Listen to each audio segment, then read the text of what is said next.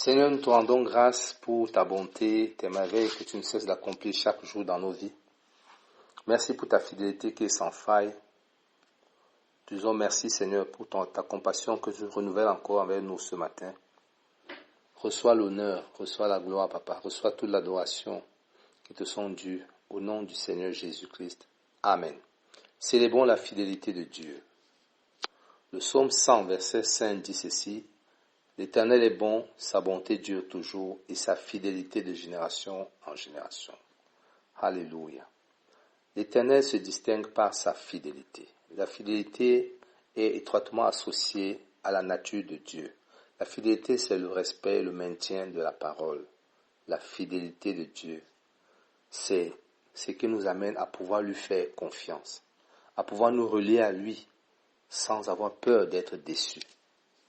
C'est dans cela que réside sa fidélité. Et nous célébrons sa fidélité chaque jour par la foi que nous avons, dont la foi et la fidélité sont étroitement liées. La fidélité produit la foi et la foi se base sur la fidélité. C'est parce que Dieu est fidèle que nous pouvons lui faire confiance. C'est parce que Dieu est fidèle que nous pouvons nous relier à lui. C'est parce que Dieu est fidèle que nous pouvons nous tenir devant lui en toute assurance. Sa fidélité est grande, sa fidélité est éternelle. Il est Dieu, il est sa parole lui-même. Dieu est tellement fidèle qu'il a préféré s'identifier, il a la même nature que sa parole. Donc sa parole qui est sortie, sa parole le représente complètement et parfaitement. Dieu est fidèle. Dans la Nouvelle Alliance, dans 1 Corinthiens chapitre 1 verset 9, la Bible nous dit Dieu est fidèle, lui qui nous a appelés à la communion de son Fils, Jésus-Christ, notre Seigneur. Dieu nous a appelés à l'identification, à être un avec son Fils, le Seigneur Jésus-Christ. Nous qui avons accepté son Fils, nous qui avons cru en lui, Dieu nous a appelés à cette communion avec son Fils. Et il manifeste sa fidélité dans cette communion. Tant que nous nous identifions au Fils de Dieu, tant que nous nous relions, tant que nous sommes attachés à lui, tant que nous demeurons en lui, nous bénéficions de la fidélité de Dieu. Parce que de même qu'il a été fidèle à son Fils, pour le délivrer des liens de la mort par la résurrection, de même il nous est aussi fidèle, mais dans le Fils, dans le Seigneur Jésus-Christ, pas hors du Seigneur Jésus. Celui qui se soustrait à la communion du Fils se mêle, s'exclut lui-même de la fidélité de Dieu. Il s'exclut lui-même des bénéfices attachés à la fidélité de Dieu. Gloire à Jésus. Mais je prie que ce ne soit pas ton cas, mon frère, que ce ne soit pas ton cas, ma sœur.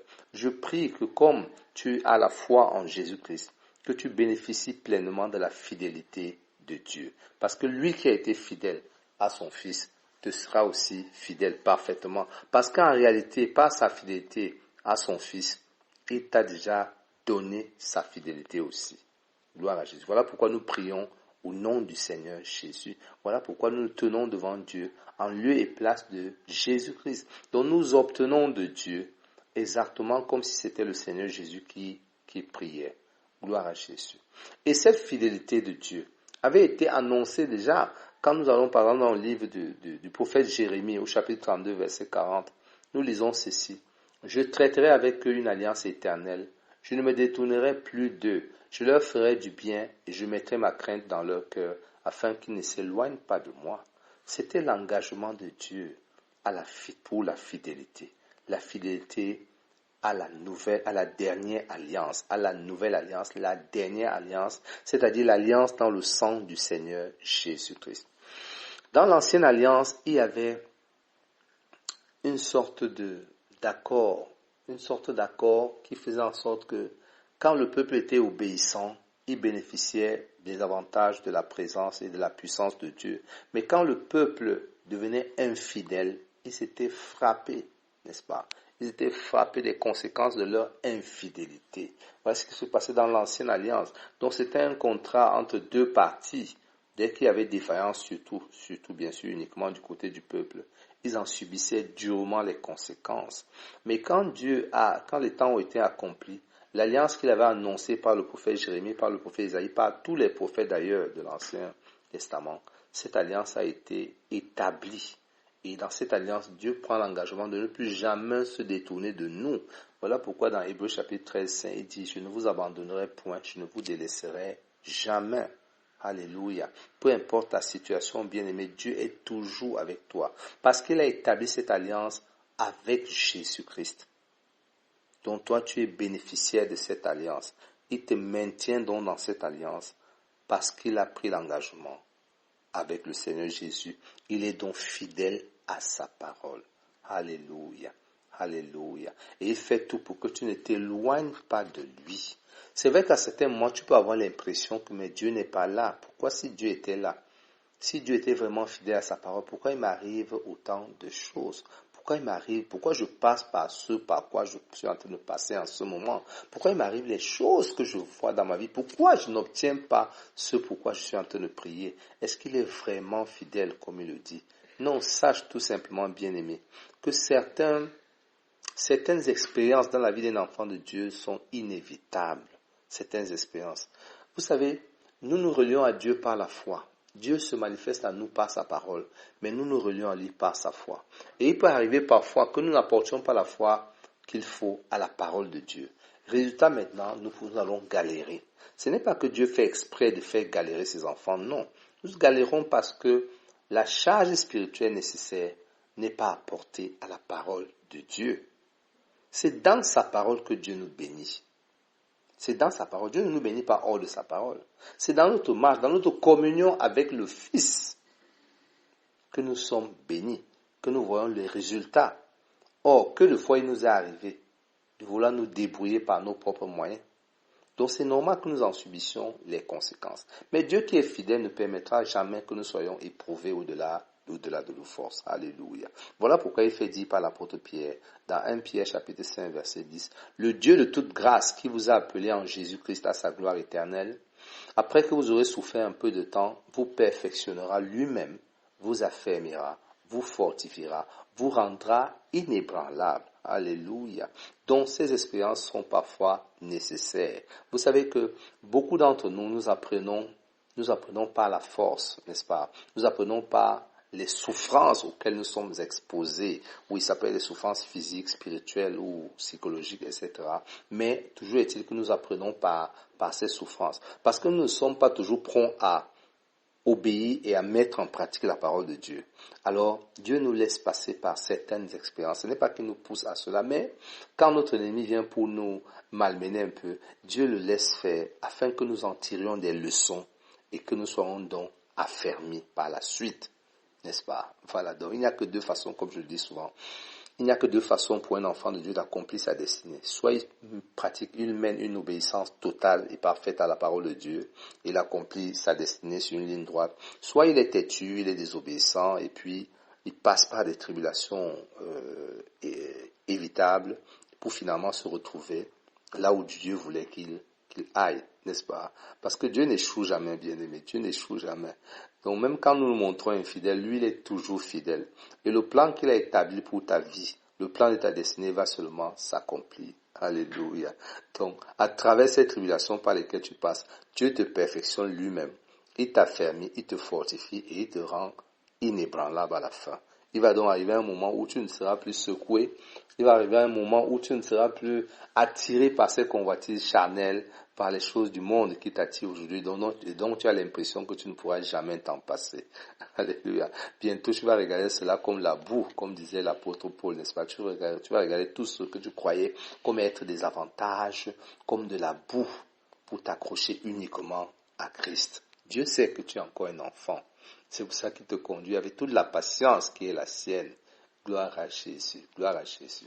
Donc, Dieu est fidèle et en même temps aussi, nous qui sommes connectés à lui, nous qui sommes en communion avec lui, il attend de nous la fidélité.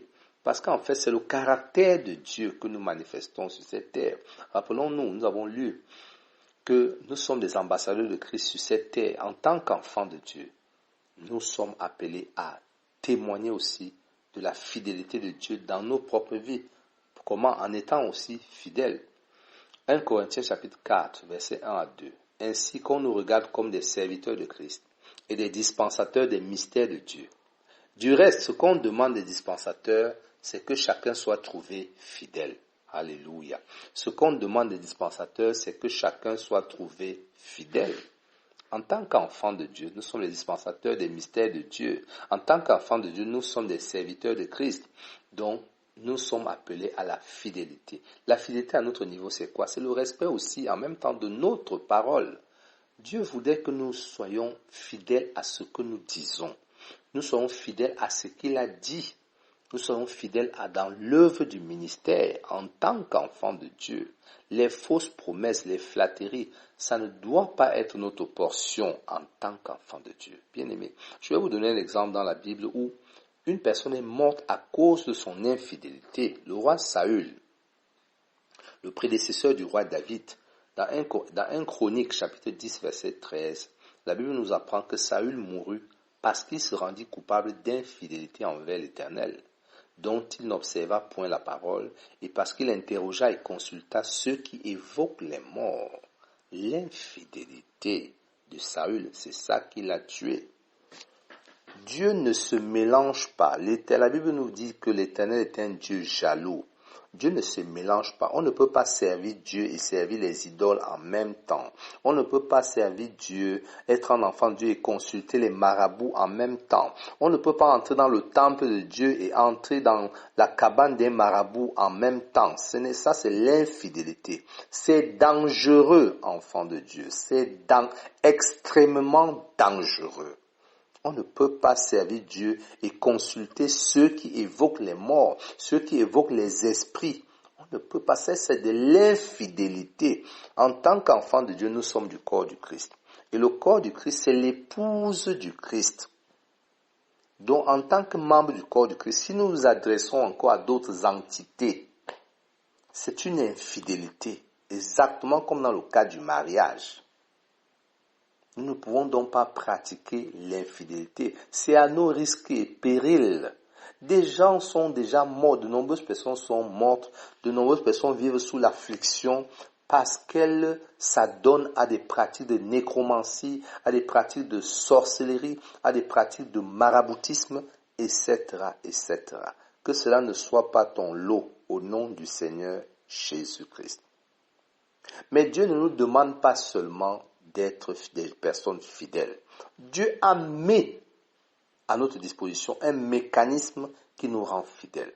Quand nous lisons dans le livre de Galates chapitre 5 verset 22, nous voyons ceci: le fruit de l'esprit, c'est l'amour, la joie, la paix, la patience, la bonté, la bénignité, la fidélité. Alléluia. Le fruit de l'esprit, quel esprit? L'esprit de Dieu. Quand nous naissons de nouveau, nous recevons le Saint-Esprit et le Saint-Esprit manifeste en nous le caractère de Dieu, c'est-à-dire la fidélité. Donc, enfants de Dieu, nous avons les moyens d'être fidèles. Nous avons les moyens de manifester la fidélité. Ce n'est pas comme si Dieu nous demandait d'acquérir quelque chose que nous n'avions pas, ou bien comme si Dieu nous demandait de s'efforcer de pratiquer une chose qui est hors de nous. Non. Il nous a donné l'esprit de fidélité. Alors dis avec moi ce matin: j'ai l'esprit de fidélité. J'ai reçu l'esprit de fidélité. Donc je suis fidèle au nom de Jésus-Christ. Oui, c'est comme ça que ça marche. Dieu nous donne les moyens d'être ce qu'il veut que nous soyons. Encore une fois de plus, voilà comment Dieu montre que la relation qu'il a avec nous, ce n'est pas une relation superficielle, une relation interne, non, externe, je veux dire. C'est une intimité. C'est pour ça qu'on parle de communion, la communion, l'un dans l'autre. La communion. Ce que Dieu nous a fait, c'est nous identifier à lui dans ce corps de chair que nous avons. Cela semble tellement parfois incompréhensible à certaines personnes, mais il faut l'accepter ainsi. Et tu ne peux l'accepter qu'en lisant les Écritures, bien sûr. Lorsque tu plonges au regard, tu sondes les Écritures. C'est là où tu te rends compte qu'en réalité, Dieu s'est dupliqué dans l'homme. Dieu n'a pas fabriqué une armée d'esclaves qui vont lui obéir et qu'il va martyriser. Non, Dieu a voulu se dupliquer. Dieu a voulu se reproduire dans l'être humain. Et c'est ce qu'il a accompli par Jésus-Christ, son Fils. Il a donc une armée de réplique sur cette terre, n'est-ce pas? Dieu a de nombreux sosies sur cette terre. Gloire à Jésus. Donc il nous a donné son esprit pour que la fidélité puisse se manifester en nous. Donc nous sommes fidèles dans nos paroles. C'est pour ça que Jacques, le frère du Seigneur Jésus, dit dans son épître au chapitre 5, verset 12, « Avant toute chose, mes frères, ne jurez ni par le ciel, ni par la terre, ni par aucun autre serment, mais que votre oui soit oui et que votre non soit non, afin que vous ne tombiez pas sous le jugement. » Vous voyez, il nous évite dans le langage d'avoir utilisé des subterfuges. Il y a des personnes qui aiment jurer, je te jure au nom de Dieu, je te jure au nom du ciel, je te jure sur la tête de mon Père. Tout ça ne sert à rien. La plupart du temps, les personnes qui parlent comme ça sont des menteurs. Oui. Les gens qui veulent à tout prix convaincre en jurant. La plupart du temps, c'est des mensonges qu'ils sont en train de dire. Tu n'as pas besoin de jurer, enfant de Dieu. Dis ce que tu as dit, c'est tout. Que ton oui soit oui, que ton non soit non. Dis ce que tu as dit. Si la personne ne te croit pas, ça va, il n'y a pas de problème, gloire à Dieu. Si la personne te croit, gloire à Dieu toujours. Tu n'as pas besoin de jurer pour prouver à quelqu'un que ce que tu dis est vrai. Alléluia. Sois fidèle dans tes paroles, sois fidèle dans tes actes. Et si tu ne peux pas faire ce que tu veux dire, ne le dis pas, c'est tout. Agis et maintenant on verra ta fidélité. La fidélité se démontre aussi par l'action. Et à ce sujet, Dieu nous aide à agir de manière fidèle. Parce que dans le livre de Philippiens, au chapitre 2, verset 13, nous lisons que c'est Dieu qui produit en nous le vouloir et le faire selon son bon plaisir. Dieu produit en nous le vouloir et le faire selon son bon plaisir. Donc Dieu nous meut à agir. Dieu nous donne la volonté d'agir et la capacité d'agir. Vous voyez que finalement, tout tourne pour revenir à Dieu. C'est Dieu qui se déploie en nous et à travers nous. C'est Dieu, lui qui est fidèle, c'est lui qui produit encore en nous la fidélité et qui nous amène à être fidèles. Mais à quelles conditions alors? À quelles conditions?